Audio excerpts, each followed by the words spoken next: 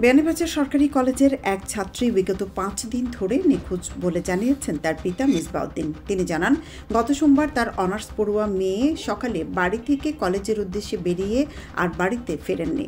কান্নাজড়িত কণ্ঠে তিনি জানান, কেউ যদি উল্লেখিত সংবাদে দেয়া ছবির মেয়েকে দেখে থাকেন তবে সংবাদে থাকা নাম্বার অথবা বিয়ানীবাজার থানায় যোগাযোগ করার অনুরোধ করেছেন মিসবাউদ্দিন। গোলাপগঞ্জে ভোটার তালিকা হালনাগাদ কার্যক্রম শুরু হয়েছে। উপজেলায় নতুন ভোটার করতে লোকজনের বাড়ি বাড়ি যাচ্ছেন উপজেলার দায়িত্বপ্রাপ্ত তথ্য সংগ্রহকারীরা। জকিগঞ্জে মোটরসাইকেল ও ঠেলাগাড়ির সংঘর্ষে নাসির আহমদ নামের এক যুবকের মৃত্যু হয়েছে। দুর্ঘটনায় মোটরসাইকেল আরোহী সোনাসার গ্রামের আব্দুর রহিম ও হাসিতলা গ্রামের শাফি আহমদ নামের 2 যুবক আহত হয়েছেন।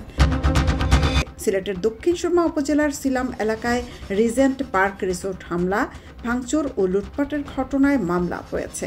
বৃহস্পতিবার রাতে রিসোর্টের ব্যবস্থাপনা পরিচালক হেলাল আহমদ বাদী হয়ে মোগলাবাজার থানায় মামলাটি দায়ের করেন। মামলায় ছাত্রদল নেতাসহ 6 জনের নামোল্লেখ করে অজ্ঞাত আরও 250 থেকে 300 জনকে আসামি করা হয়েছে।